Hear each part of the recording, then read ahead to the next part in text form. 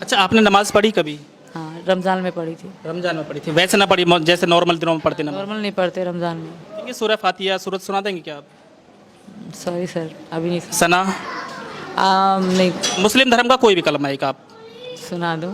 सुना जी सूरत आती है, सुना दीजिए। मैं भूल गई हूँ सर, सॉरी। कोई भी इस समय कोई भी सूरत याद ना? ना जी, बिल्कुल फजर में 2 होती हैं। फजर में 4 होती हैं, 2 सुन्नत 2 फ़र्ज। अच्छा, जौहर में कितनी होती हैं? ज़ोहर में 4। 4 सुन्नत 4 फ़र्ज 2 सुन्नत 2 नफिल 12 होती हैं। आप लोग पढ़ते हो, हम नहीं। दोस्तों, एक बार फिर आपका स्वागत है हमारे चैनल पर। मैं इस समय रबूपुरा कस्बे में हूँ और सीमा हैदर के पास हूँ।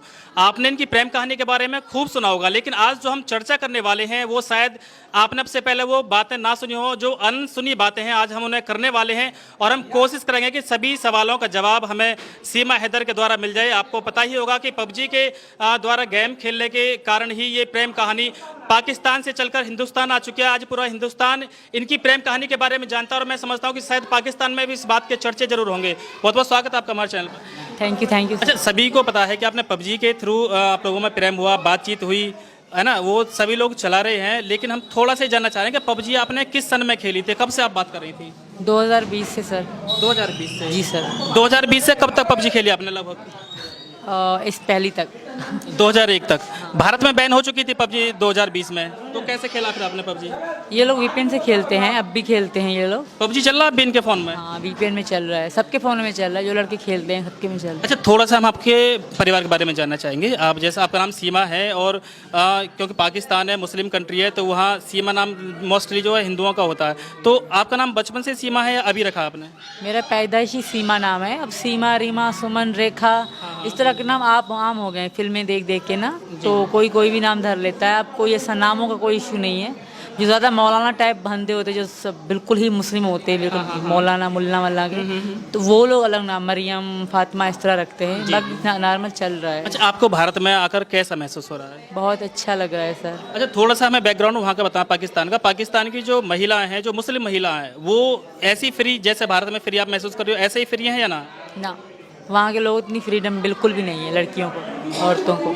हाँ, जो सिटी में रहते हैं, शहर में, पंजाबी हैं या इस तरह की हैं, उनको है, बाकी जो हम सिंध के हैं तो हमें ज़्यादा नहीं है फ्रीडम। अच्छा, यहाँ हिंदुस्तान में एक चर्चा है कि जो वहाँ पाकिस्तान में हिंदू महिला हैं उनका शोषण वहाँ मुस्लिम युवकों के द्वारा होता है, क्या ऐसा सच है? आपने कभी सुना है ऐसा वहाँ पर?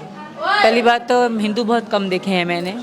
अच्छा। और त्यौहार तो हिंदुओं के बिल्कुल नहीं देखे थे। जब इनसे बात हुई तो एक हिंदू दोस्त बनी मेरी वहाँ पे भी, उनके भी रिश्तेदार यहाँ भारत में भी हैं, तो फिर हमारी ऐसे थोड़ा बहुत इंटरेस्ट था मुझे हिंदू धर्म में, तो मैंने पूजा उनके साथ करती थी, या फिर करवा चौथ रखती थी, नवरात्रि मनाते थे तो उनके साथ ही मनाया करते थे। अच्छा, आप कितने भाई बहन हो? हम 4, मतलब भैया 3 बहनें। एक भाई 3 बहन। माता पिता हैं आपके? नहीं, दोनों खत्म अच्छा, हो ससुराल में कितने लोग हैं आपके में? गए। मैं बस, मैं अपने पति को ही जानती थी। एक ससुर है और उसका 2 पत्नियां हैं। एक पत्नी में से एक बेटी है, दूसरी में से 1 लड़का है। अच्छा, आपने नमाज पढ़ी कभी? हाँ, रमज़ान में पढ़ी थी। रमजान में पढ़ी थी, वैसे ना पढ़ी जैसे नॉर्मल दिनों में पढ़ते नमाज? नॉर्मल नहीं पढ़ते रमज़ान में। अच्छा, अगर आपसे बात करिए थोड़ी सी इस्लाम धर्म के बारे में, तो आप बता पाएंगे सूरह फातिहा सूरत सुना देंगे क्या आप? सॉरी सर, अभी नहीं। सना? नहीं। मतलब अलहम्दो की सूरत, सुबहाना की सूरत, कुल हु अल्लाहु अहद की सूरत, या कोई कलमा कोई सुना देंगे आप? कोई भी कलमा, कोई भी मुस्लिम धर्म का कोई भी कलमा एक आप सुना दूँ? सुना जी सूरत आती है, सुना दीजिए। मैं भूल गई हूँ सर, सॉरी। कोई भी इस समय कोई भी सूरत याद ना? ना, मेरे अच्छा, दिमाग आप में हिंदू नहीं। धर्म में कब से कन्वर्ट हुई हो? मुझे तकरीबन मार्च से लेकर मार्च से। तो अभी तक कोई श्लोक याद किया आपने? अभी तक नहीं, क्योंकि पूजा पाठ में अभी मैं बैठी थी, 2-3 बार गई। वैसे करवा चौथ इनके बारे में बताया, थोड़ी बहुत आती भी है, पर मैं सही नहीं कह पाऊँगी, तो इसलिए मैं नहीं कहूँगी। सीख जाऊँगी, जब मुकम्मल सीख गई तो नेट पे वीडियो ज़रूर डालूँगी। अच्छा, आपने जैसे नमाज़ पढ़ी है, तो किसी एक नमाज के बारे में बता देंगे कितनी रकत होती है किसी नमाज में? जी बिल्कुल, फजर में 2 होती हैं। फजर में 4 होती हैं, 2 सुन्नत 2 फ़र्ज। सुन्नत की नहीं, मैं फ़र्ज़ की बता रही हूँ। अच्छा, जौहर में कितनी होती हैं? ज़ोहर में 4। 4 सुन्नत 4 फ़र्ज 2 सुन्नत 2 नफिल 12 होती हैं।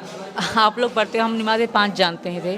अच्छा, 5 नमाज होती हैं, 7 होती हैं? 5 होती हैं। फजर, ये मगरिब, फजर के बाद कौन सी आती है? फजर के बाद, और सुबह फजर से पहले कौन सी होती है? इसका पता नहीं। उसका नहीं पता। अच्छा, बस आपसे लास्ट सवाल मैं ये और करना चाहूँगा कि जिस तरह से आप भारत में आई हैं, तो भारत में रहकर जो हिंदू धर्म जैसा आपने अपनाया, तो कैसा महसूस कर रही हैं आप? और अभी जल्दी में ही ये अभी सूचना मिली है कि आपको जान से मारने की पाकिस्तान से धमकी मिल रही है, तो उसके बारे में आपका क्या ख्याल है? सच है, बिल्कुल सच है ये। बहुत धमकियाँ मिल रही हैं, सिर्फ मुझे नहीं, वहाँ के हिंदुओं को भी कह रहे हैं कि हम बहुत नुकसान पहुँचाएंगे। धमकी यही दे रहे हैं हिंदुस्तान को कि सीमा को दो, यहाँ के हिंदुओं को, यहाँ पे जो वहाँ के हिंदू हैं, मतलब उनको पाकिस्तानी नहीं माना जाता। यही कारण है कि पाकिस्तान नहीं माना जाता, तभी तो धमकी दे रहे हैं। वरना हिंदुस्तान को क्यों डराते कि हम तुम हिंदुओं को तुम्हारे हिंदुओं को मारेंगे। मतलब वहाँ के हिंदू वहाँ के नहीं है, यहाँ के हैं, इस तरह माना जा रहा है। जाहिर सी बात है, यही माना जा रहा है ना। तो अच्छा, थोड़ा सा बस ये और बताना, मैं कल यूपी के पूर्व डीजीपी का बयान आया था कि भाई जिस तरह से आप पाकिस्तान से नेपाल होकर भारत में एंट्री कर चुके हो, तो इस तरह से तो और भी लोग वहाँ पर यहाँ से एंट्री कर सकते, तो हमारे जो देश की सुरक्षा को खतरा भी हो सकता है। इस तरह से आपको कोई मशक्कत करनी पड़ी, कोई मेहनत करनी पड़ी थी आने के लिए? ना, मेहनत तो थोड़ी करनी पड़ी, क्योंकि ये मेरी सपोर्ट साथ थे, बगैर किसी के साथ के कोई भी नहीं आ सकता। अच्छा, लास्ट आपसे ये और मालूम करना चाहूँगा कि जैसे मान लो बाय द वे कभी आपका मामला चल रहा है, आपको वकील की भी जरूरत पड़ेगी, और कोर्ट ने बाय द वे कभी ये कह दिया कि भाई आपको पाकिस्तान ही जाना है, तो क्या आप जाएंगे या क्या करेंगे? नहीं जा सकती, बहुत बुरा होगा मेरे साथ, तो मैं यहीं मर मिट जाऊंगी। अभी तो आपको पता ही नहीं, आप देखेंगे न्यूज़ तो पता पड़ जाएगी कौन कौन कैसे गुंडे लोग धमकियाँ दे रहे हैं कि हम इसकी गर्दन काट देंगे, पाकिस्तान में, इंडिया में नहीं रहने देंगे। तो अब सोचिए मेरा क्या होगा। तो दोस्तों, ये थी सीमा हैदर जो पाकिस्तान से चलकर भारत आई है, और इन्होंने जो अपनी जो बातें बताई है उनके बारे में आपको मैंने बताने की कोशिश किया। लेकिन आपको मैं बता दूं कि आपने इस इंटरव्यू में सुना होगा कि सीमा हैदर का नाम बचपन से ही सीमा है, और सीमा हैदर को इस्लाम धर्म के ABCD के बारे में भी कोई जानकारी नहीं है। सीमा हैदर को इस्लाम धर्म का कोई कलमा याद नहीं है। सीमा हैदर को इस्लाम धर्म में 5 वक्त की नमाज होती है, उनके बारे में कोई जानकारी नहीं है। सीमा हैदर को किसी भी एक आयत, किसी भी एक सूरत के बारे में कोई जानकारी नहीं है। तो इससे अंदाजा लगाया जा सकता है कि ये इस्लाम धर्म में किस तरह से वहाँ पर अपना रही थी, किस तरह से इस्लाम धर्म को फॉलो कर रही थी, किस तरह से इनका परिवार वहाँ पर इस्लाम धर्म को फॉलो कर रहा होगा।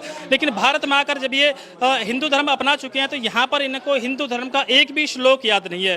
तो इससे अंदाजा लगाया जा सकता है कि इनकी परवरिश कैसे हुई होगी, किस माहौल में ये रही होंगी, किस तरह का इन्होंने अभी तक का जो जीवन है वो बिताया होगा, और क्या ये भारत से अब पाकिस्तान वापस जा सकती हैं। जिस तरह से नेपाल के रास्ते एक सीमा हैदर 4 बच्चों को लेकर हिंदुस्तान में एंट्री कर सकती है, क्या उसी तरह से पाकिस्तान से कोई आतंकवादी हमारे देश में एंट्री नहीं कर सकता? क्या हमारे देश की सुरक्षा को खतरा नहीं है? क्योंकि अगर आसानी से कोई महिला 4 बच्चों को लेकर अगर भारत में एंट्री कर सके, तो ऐसे बहुत सारे लोग हो सकता है कि अभी आ चुके हों भारत में, या आने वाले हों, या इनका ये तरीका देखकर और भी लोग आ जाएं। तो मैं सरकार से भी अपील करना चाहूँगा कि भारत की जो सीमा है उन्हें सुरक्षित बनाएं, उनकी पहरेदारी करें और उन पर कड़ी निगरानी रखें, ताकि कोई भी अप्रिय घटना हमारे देश में ना घट सके। तो चलिए दोस्तों, एक बार फिर सीमा हैदर से हम दोबारा मिलने की कोशिश करेंगे। आप इसके बारे में क्या सोचते हैं उसे हमें कमेंट करके जरूर बताएं। हमें अगर आप कमेंट करेंगे तो आपके क्वेश्चनों का जवाब हम लेने की पूरी कोशिश करेंगे सीमा हैदर से।